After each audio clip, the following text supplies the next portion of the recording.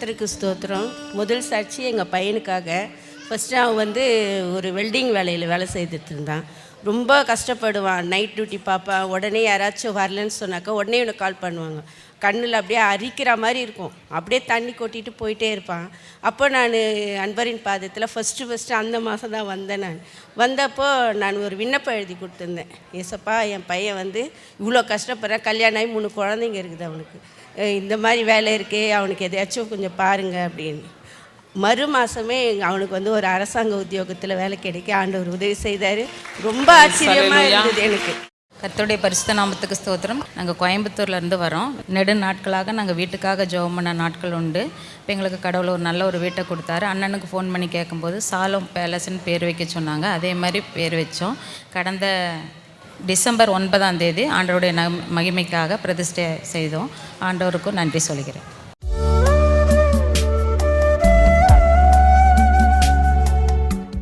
கிறிஸ்துவுக்குள் மிகவும் பிரியமான எனதருமை சகோதர சகோதரிகளே, நம்மை சிருஷ்டித்தவரும் நம்மை உண்டாக்கினவரும் நம்மை ஒருபோதும் மறந்து போகாதவருமாகிய இயேசு கிறிஸ்துவின் நேற்ற நாமத்தினாலே உங்கள் எல்லாரையும் வாழ்த்தி ஆசீர்வதிக்கிறேன். அல்லேலூயா. எல்லாரும் சந்தோஷமாக இருக்கீங்களா?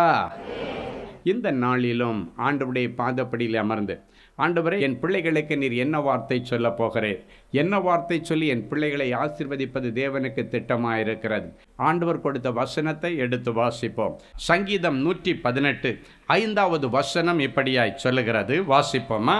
நெருக்கத்திலிருந்து கர்த்தரை நோக்கி கூப்பிட்டேன். நெருக்கத்திலிருந்து கர்த்தரை நோக்கி கூப்பிட்டேன். கர்த்தர் என்னை கேட்டருளி. கர்த்தர் என்னை கேட்டருளி விசாலத்திலே வைத்தார். என்னை விசாலத்திலே வைத்தார். சமுதாயத்திலே எதிர்நீச்சல் போட்டு முன்னேறினவன் தான் இந்த தாவீது. சமுதாயத்தார் எல்லாராலும் புறக்கணிக்கப்பட்ட சூழ்நிலை இருந்த அவன் சொல்லுகிறான், நான் நெருக்கமான நேரத்திலே, இந்த சமுதாயம் என்னை பின்வாங்கின நேரத்திலே, எனக்கு விரோதமாய் எழும்பி வந்த நேரத்திலே நான் கர்த்தரை நோக்கி கூப்பிட்டேன். ஏன்னா அவனுக்கு தெரியும், இந்த சமுதாயத்தாருடைய வாயிலிருந்தும் இவருடைய கையிலிருந்தும் என்னை பாதுகாத்து விசாலத்துக்கு கொண்டு போனேன்னா என் இயேசு ஒருவரால் தான் முடியும் என்று அவனுக்கு தெரியும். எனவே தான் அவன் சொல்லுகிறான், எனக்கு நெருக்கடிகள் வந்தது, நான் ஒன்றும் சும்மா பெரிய ஆள் ஆகலை. இந்த நெருக்கடிகள் வந்த நேரத்திலே நான் கர்த்தரை நோக்கி கூப்பிட்டேன், அதனால நான் தப்பிச்சேன்னு சொல்கிறான்.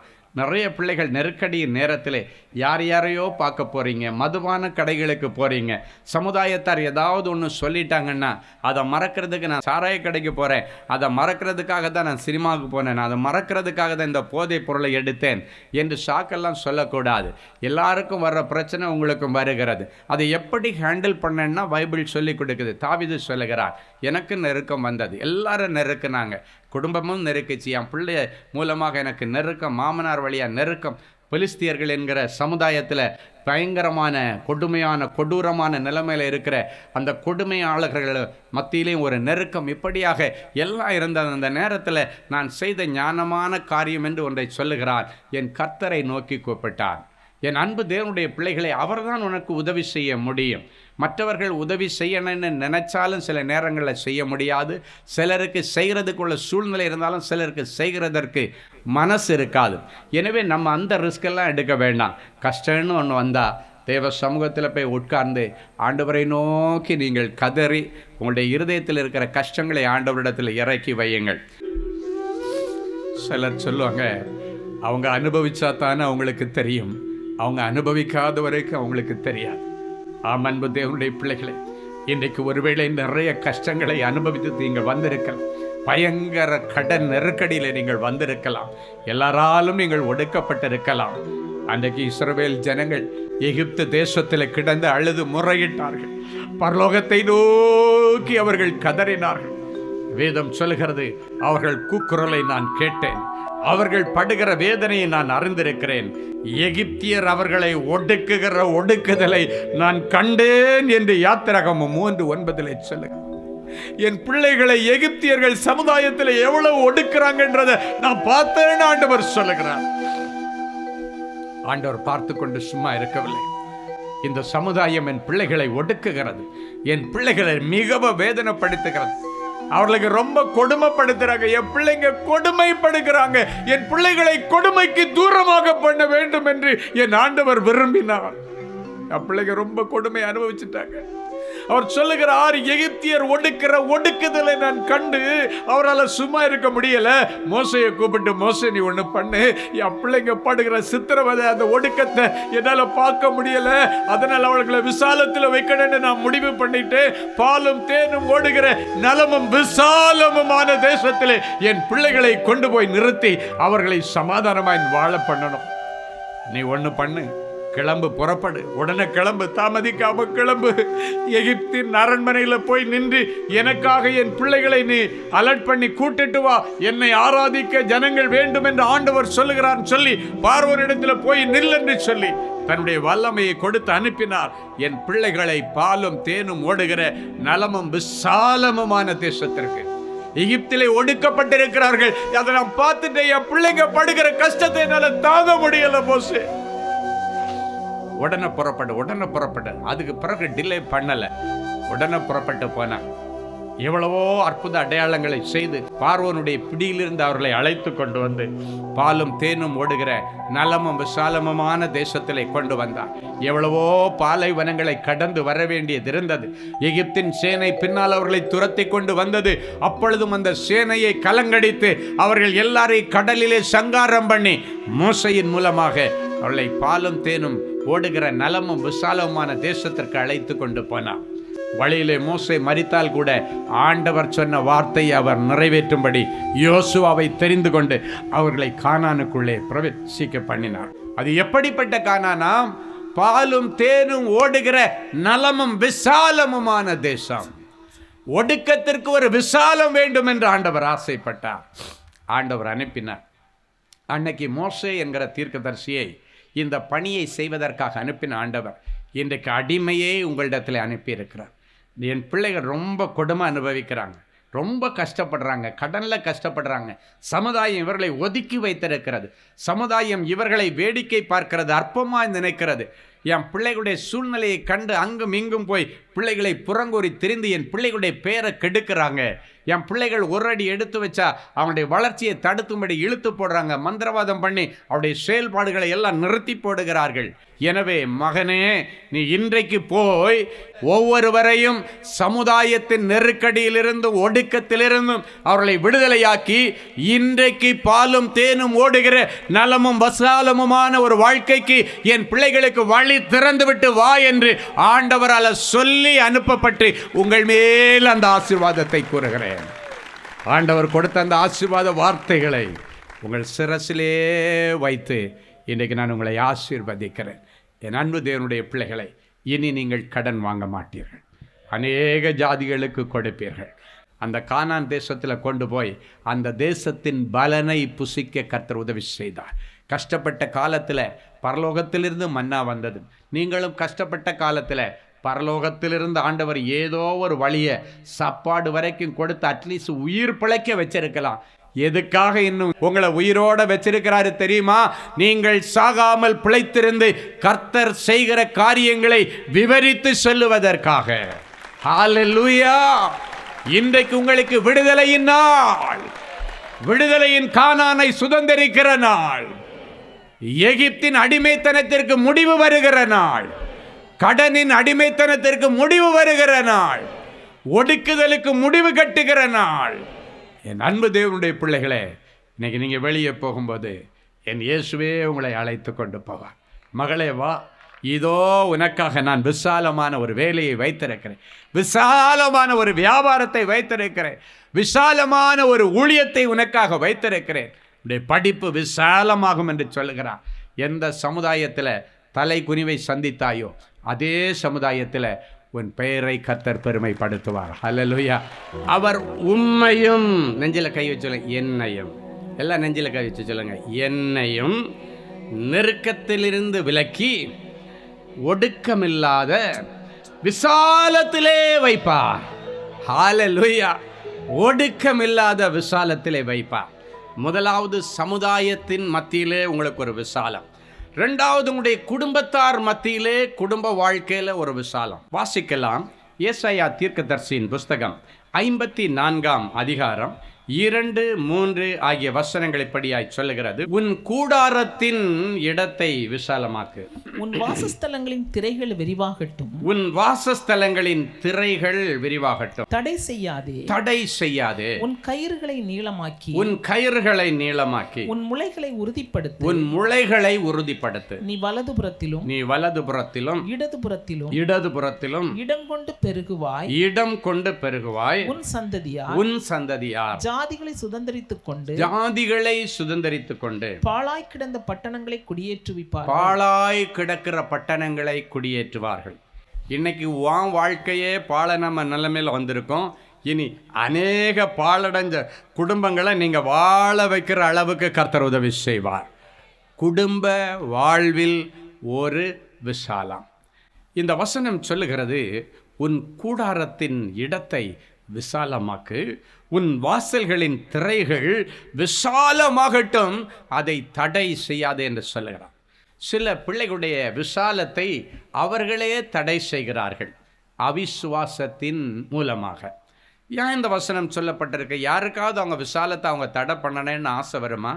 ஆசைப்பட மாட்டாங்க. ஆனால் சில நேரங்களில் சத்துருவானவன் அவர்களுக்குள்ளே அவிசுவாசத்தை கொண்டு வந்து, நான் எங்கே முன்னேற போகிறேன், நான் எங்கே பெரிய ஆளாக போகிறேன், நான் எங்கே வளர போகிறேன், நான் கடைசி வரைக்கும் இப்படி தான் இருக்கணும், நான் கடைசி வரைக்கும் அடுத்தவங்கள்ட்ட கையேந்தி தான் இருக்கணும் என்று சொல்லி நிறைய பேர் தங்களுக்குள்ளால் ஒரு தாழ்வு மனப்பான்மையை வைத்திருக்கிறார்கள். அநேகருக்கு ஒரு அவிசுவாசம் இருக்கிறது. எனவே தான் ஆண்டவர் சொல்கிறார், முதல்ல உன் முன்னேற்றத்துக்கு நீ தடையாக இருக்காத. ஆண்டவர் சொல்கிறார், உன் முன்னேற்றத்துக்கு நீயே தடை. நீயே அவிசுவாசமாக பேசிகிட்டே இருக்க, நெகட்டிவாக பேசிகிட்டே இருக்க, நெகட்டிவாக யோசித்துட்டே இருக்கிற. ஒரு மனுஷனுடைய வளர்ச்சியை தடை செய்கிறது அவனுடைய negative thoughts and negative talk. அவனுடைய அந்த அவிசுவாச வார்த்தைகளும் அவிசுவாச யோசனைகளும் தான் அவனுடைய வாழ்க்கையை தடை பண்ணுகிறதை, வாழ்க்கையின் முன்னேற்றத்தை தடை பண்ணுகிறதை நாம் பார்க்கிறோம். எனவே தான் ஆண்டவர் சொல்லுகிறார், உன் கூடாரத்தின் இடத்தை விசாலமாக்க நான் தயாராக இருக்கிறேன். ஆண்டவர் சொல்கிறார், உன்னுடைய குடும்பத்தார் மத்தியில் உன்னுடைய நிலைமையை விசாலமாக்க நான் தயாராக இருக்கிறேன். ஆனால் நீ தடை பண்ணாத.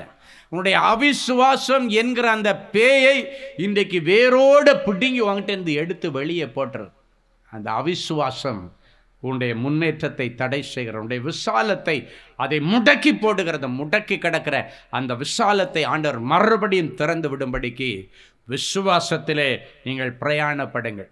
இன்னைக்கு பிறகு அந்த விசுவாசம், அன்னைக்கு ஒரு மனுஷன் சொல்லுகிறான், இது செய்ய முடியும்னு நீ விசுவாசிக்கிறாயா என்று கேட்கும் பொழுது அவன் சொல்லுகிறான், நான் விசுவாசிக்கிறேன் ஆண்டவரே, ஆனாலும் என்னுடைய அவிசுவாசம் நீங்கும்படி நான் மன்றாடுகிறேன்.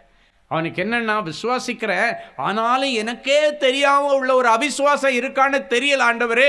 ஒருவேளை அந்த அவிசுவாசம் இருந்தாலும் என்னை மன்னித்து எனக்கு விசுவாசத்தை கொடுத்து இந்த அற்புதத்தை என் பிள்ளைக்கு நீர் கொடும். என் அவிசுவாசத்தை நிமித்தம் என் பிள்ளையுடைய அற்புதம் பாதிக்கப்பட்டிருக்கூடாது. ஆனாலும் விசுவாசிக்கிறேன் ஆண்டவரே, ஆனாலும் என் அவிசுவாசம் நீங்கும்படி நான் உம்மிடத்தில் விண்ணப்பம் பண்ணுகிறேன். இன்றைக்கி நீங்கள் சொல்லுங்கள், ஆண்டவரே எனக்கு விசுவாசம் இருக்குது, ஆனாலும் எனக்கே தெரியாமல் உள்ளுக்குள்ள பிசாசு உட்கார்ந்து அவிசுவாசத்தை கொண்டு வந்திருந்தானுன்னா அந்த அவிசுவாசம் நீங்கும்படி ஜெபிக்கிறேன்னு சொல்லுங்கள். ஹல்லேலூயா. என் அன்பு தேவனுடைய பிள்ளைகளே, இதன் பிறகு உங்கள் வாசஸ்தலங்கள், இந்த வாசஸ்தலங்கள் கூடாரங்கள் எல்லாம் பில்டிங்க்கு மட்டும் அடையாளம் அல்ல, பில்டிங்கையும் குறிக்கும். அந்த பில்டிங்கில் வாழ்கிற குடும்பத்தாரை தான் கூடாரம் என்று சொல்லப்பட்டிருக்கிறது. வாசஸ்தலம் அப்படின்னா ஆண்டவருடைய பிள்ளைகள் தங்கி வசிக்கிற இடத்தை தான் வாசஸ்தலம், அவனுடைய குடும்பம் குடியிருக்கிற இடத்தை தான் வாசஸ்தலம் என்று சொல்லப்பட்டிருக்கிறது. அப்படியானால் இந்த இடத்திலே வாசஸ்தலம் என்று சொல்லுவது ஆண்டவர் கொடுத்திருக்கிற வீட்டிலே வாசம் செய்கிற உங்களுடைய கணவன், மனைவி, பிள்ளைகள், பெற்றோர்கள், பேர பிள்ளைகள் அத்தனை பேரையும் குறிக்கிறது. அத்தனை பேருடைய வாழ்க்கையிலும் இனி ஒரு விசாலத்தை பார்ப்பீர்கள். ஒருவேளை கடந்த நாட்களில் பிள்ளைகளுடைய வாழ்க்கை விசாலத்தை பார்க்க முடியாமல் நாளுக்கு நாள் பின்தங்கின நிலைமையில் இருந்தால், இன்றைக்கு உங்கள் பிள்ளைகளுக்கு விசாலமான ஒரு நல்ல வேலையை, விசாலமான ஒரு நல்ல எதிர்காலத்தை கர்த்தர் கொடுப்பார். ஒருவேளை அது அயல் தேசத்துக்கு போகிற காரியமாக இருந்தால் அதையும் ஆண்டவர் நிறைவேற்றுவார். ஒருவேளை உங்கள் பிள்ளைங்களுக்கு பல லட்சம் செலவு பண்ணி வெளி தேசத்தில் பிள்ளைகளை படிக்க வைத்துவிட்டு இன்னும் பிள்ளைகளுக்கு வேலை கிடைக்கலன்னு நீங்கள் வந்திருக்கலாம். இன்றைக்கு உன் குடும்பத்தில் விசாலத்தை கொடுப்பேன் என்று சொன்ன ஆண்டவர் உங்கள் பிள்ளைகள் படிக்க போன தேசத்தில் அவர்களுக்கு விசாலத்தின் ஒரு நல்ல வேலையை ஆண்டவர் இன்னைக்கு பிளான் பண்ணிட்டார். ஆண்டவர் கொடுத்துட்டேன்னு சொல்கிறார். கரங்களை தட்டுங்க பார்க்கலாம். விசுவாசத்தோடு நான் பெற்றுக்கொண்டேன் ஆண்டவரே என்று நீங்கள் சொல்லுங்கள். ஹல்லேலூயா. பலன் உள்ளவங்களுக்குனாலும் பலனே இல்லாதவங்களுக்குனாலும் உதவி செய்வது ஆண்டவருக்கு லேசான காரியம். ஹல்லேலூயா. மலைகள் விலகினாலும் பர்வதங்கள் நிலை பெயர்ந்தாலும் என் கிருபை உன்னை விட்டு விலகாமலும் என் சமாதானத்தின் உடன்படிக்கை நிலை பெயராமலும் இருக்கும் என்று உன்மேல் மனதுருகுகிற கர்த்தர் சொல்கிறார். அவர் உன்னை ஒடுக்கத்திலிருந்து விலக்கி விசாலத்திலே கொண்டு வந்து உன் பெயரை பெருமைப்படுத்துவேன் என்று ஆண்டவர் சொன்ன இந்த நல்ல மங்கள வார்த்தைக்காய் ஸ்தோத்திரம். என் பிள்ளைகளை பார்த்து சொன்னேன், சமுதாயத்திலே உன்னை விசாலமாக்குவேன். உடைய எகிப்தின் அடிமைத்தனங்களுக்கு முடிவை கொண்டு வந்து பாலும் தேனும் ஓடுகிற நலமும் விசாலமுமான ஒரு தேசத்திலே உன்னை கொண்டு போய் குடி வைப்பேன் என்று சொன்ன ஆண்டவரே, எகிப்தின் அடிமைத்தனத்திலே, கடனின் அடிமைத்தனத்திலே, அவமானத்தின் அடிமைத்தனத்திலே, வேலை இன்மையின் அடிமைத்தனத்திலே, பாவம் என்கிற அடிமைத்தனத்திலே, சிறையிருப்பு என்கிற அடிமைத்தனத்திலே, தேவையில்லாத மாந்திரிக வல்லமைகள் என்கிற சிறையிருப்பிலே அடிமைத்தனத்திலே கிடக்கிற என் பிள்ளைகளை என்றைக்கு நீர் எடுத்து பாலும் தேனும் ஓடுகிற நலமும் விசாலமுமான ஒரு புதிய வாழ்க்கையை, ஒரு முன்னேற்றத்தின் வாழ்க்கையை என் பிள்ளைகளுக்கு தருவேன் என்று சொல்லுகிறேன். உமக்கு நன்றி. அடைக்கப்பட்ட வாசல்கள் எல்லாம் திறக்கப்படட்டும். அரசு உத்தியோகங்களின் வாசல்கள் திறக்கப்படட்டும். என் பிள்ளைகள் வேலை செய்கிற இடத்துல விசாலம் உண்டாகட்டும். பதவி உயர்வுகளின் விசாலம், சம்பள உயர்வுகளின் விசாலம் என் பிள்ளைகளுக்கு உண்டாகட்டும். பொருளாதார ரீதியாக ஒரு பெரிய விசாலத்தை தார். அதன் நிமித்தம் என் பிள்ளைகளுடைய கடன் பிரச்சனைகள் முடிவுக்கு வரட்டும். என் பிள்ளைகள் இனி கடன் வாங்கக்கூடாது. கடன் கொடுக்கிற அளவுக்கு பரலோகம் மதகுகளை திறந்து என் பிள்ளைகளை ஆசீர்வதிக்கிறதற்காய் ஸ்தோத்திரம். அது மட்டுமல்ல, நீர் சொன்னீர் குடும்பத்தில் ஒரு விசாலம். அநேக பிள்ளைகளுக்கு திருமணம் நடக்கல, திருமண தடைகளை உடைச்சி ஜபிக்கிறோம். அநேக பிள்ளைகளுக்கு திருமணமாகி பல வருஷமாகி இன்னை பிள்ளை பாக்கியம் இல்லை, அந்த சந்ததி விசாலத்தை பார்க்க முடியல. அப்படிப்பட்ட பிள்ளைகளுடைய அடைக்கப்பட்ட கற்பத்தை ஆண்டவர் இன்றைக்கு திறக்கிறார். ஆண்டவரே, எந்தெந்த பிள்ளைகளுடைய குடும்பங்களிலே குடும்பம் பிரிந்து கிடக்கிறது, கணவன் மனைவி பிரிந்து போயிருக்கலாம், பெற்றோர்கள் பிள்ளைகள் பிரிந்து போயிருக்கலாம், இயேசுவின் நாமத்தினாலே இயேசு சொன்ன ஜெபத்தை என் பிள்ளைகளுக்காக சொல்லுகிறேன். பிதாவே, நாம் ஒன்றாயிருக்கிறது போல இவர்களும் நம்மில் ஒன்றாயிருக்கும்படி என்று ஜெபித்த அந்த ஜெபத்தை இவர்களுக்காக ஜெபிக்கிறேன். பிரிந்து போன குடும்பங்கள் இணைவதாக. இள வயதின் விதவைகளுக்கு மறுவாழ்வு தருவீராக. ஆண்டவரே, அநேக பிள்ளைகள் என்னுடைய சரீரத்தில் இந்த பலவீனம், இந்த வியாதி, எனக்கு கற்பத்தில் வியாதி, மூளையில் வியாதி, பைல்ஸ் பிரச்சனை, இருதயத்தில் பிரச்சனை, எனக்கு கிட்னி பிரச்சனை, லங்ஸ் பிரச்சனை, நரம்பு பிரச்சனை, எலும்பு பிரச்சனை, பல பிரச்சனைகளோடு என் பிள்ளைகள் வந்திருக்கிறார்கள். அது எப்பேற்பட்ட வியாதியாக இருந்தாலும் நொடி பொழுதிலே குணமாக்குகிற ஆண்டவர் எனக்கு விருப்பம் உண்டு. மகனே, மகளே, நீ சுகமாக உன் ஆயுசின் வருஷங்களை நான் விசாலமாக்குவேன். என்னாலே உன் ஆயுசின் வருஷங்கள் கூடும். என்னாலே உன் ஆயுசின் வருஷங்கள் விசாலமாகும். வருமானம் விசாலமாகும், சந்ததி விசாலமாகும், ஆயுசு விசாலமாகும். திரியேக தேவனே, இந்த 3 விதமான ஆசீர்வாதங்களை என் பிள்ளைகளுடைய சிரசில வச்சு நிறைஞ்ச மனசுல பிள்ளைகளை ஆசீர்வதிக்கிறேன். இயற்கைக்கு அப்பாற்பட்ட அற்புதங்கள் நடக்கட்டும். சொந்த வீட்டிற்காக காத்திருக்கிற பிள்ளைகளுக்கு சொந்த வீடு வாசலை கட்டித்தார். இயேசுவின் மூலம் பிதாவே, ஆமென். கிறிஸ்துவுக்குள் அன்பானவர்களே, ஆண்டவராகிய இயேசு கிறிஸ்துவின் இனிய நாமத்தில் அன்பின் வாழ்த்துக்கள்.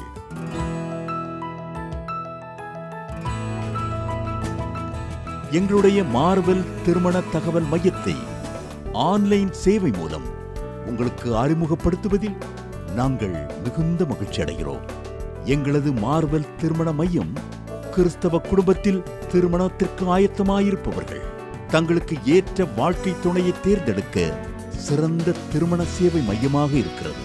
மேலும் மார்வல் திருமண தகவல் மையத்தில் நீங்கள் பதிவு செய்வதற்கு எங்களது இணையதள முகவரி www.marvelmatrimony.com மற்றும் அலைபேசி எண் 7824855999 என்ற எண்ணிற்கு தொடர்பு கொள்ளலாம். சென்னை, நாகர்கோவில் மற்றும் மும்பை நகரில் உள்ளவர்கள் பதிவு செய்ய விரும்பினால் கீழ்க்கண்ட விலாசங்களில் உள்ள எங்களது அலுவலகங்களோடு தொடர்பு கொள்ளலாம். தேவனின் அன்பு ஊழியங்கள் எண் 14, ராமலிங்க நகர், OMR ரோட், SRP டூல்ஸ் அருகில், கொட்டிவாக்கம், சென்னை 41. Email info@marvelmatrimony.com. ஆண்டவர்தாமே உங்களை அளவில்லாமல் ஆசீர்வதிப்பாராக. Genesis Creations Media Academy, certification in media technology. Our course includes videography, photography,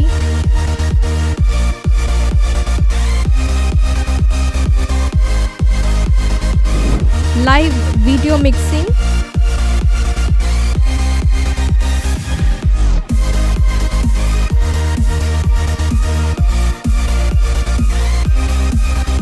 Photoshop, live sound mixing,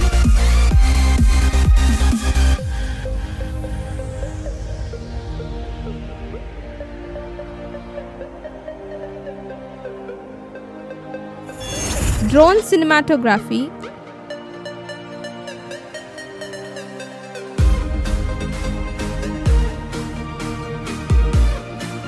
and video editing.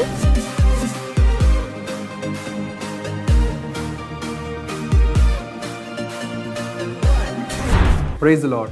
I welcome you all on behalf of Genesis Creations Media Academy. இந்த course நாங்கள் start பண்ணதுக்கான main reasons பார்த்தீங்கன்னா 3 benefits இருக்குங்க. First benefit பார்த்தீங்கன்னா இந்த course வந்து just 3 months course தான். நீங்கள் 3 months இந்த கோர்ஸை நீங்கள் படித்து முடிச்சிடலாம். செகண்ட் பெனிஃபிட் பார்த்தீங்கன்னா இது வந்து ரொம்ப காஸ்ட் எஃபெக்டிவ். ஸோ நீங்கள் ஈஸியாக அஃபோர்ட் பண்ணி இந்த கோர்ஸை நீங்கள் படித்து முடிக்கலாம். மூணாவது பார்த்தீங்கன்னா இங்கே வந்து professional teaching with professional equipments கொடுக்குறோம். ஸோ நீங்கள் ஃப்யூச்சரில் எங்கேயாவது போய் ஜாப் ஜாயின் பண்ணாலும் சரி, இல்லை நீங்கள் வந்து பிஸ்னஸே ஆரம்பித்தாலும் சரி, அந்த ப்ரொஃபஷனல் எக்யூப்மெண்ட்ஸை ஹேண்டில் பண்ணுறதுக்கான ப்ரொஃபஷனல் ட்ரைனிங் நாங்களே உங்களுக்கு கொடுத்துருவோம். ஸோ நீங்கள் கோர்ஸ் முடிச்சுட்டு வெளியே போகும்போது உங்களுக்கு ஜாப் கைடன்ஸ் அண்ட் இன்டர்ன்ஷிப் நாங்களே கொடுத்துருவாங்க. ஸோ இதுக்கும் மேலே உங்களுக்கு ஏதாவது டீட்டெயில்ஸ் வேணும்னா நீங்கள் ஸ்டாஃபை காண்டாக்ட் பண்ணலாம். உங்களுக்கு எல்லா டீட்டெயில்ஸும் கொடுப்பாங்க. வாங்க நம்ம கிளாஸ் ரூமில் சந்திக்கலாம். Thank you. For further details, contact 7824850999 or visit our website at www.genesiscreations.in.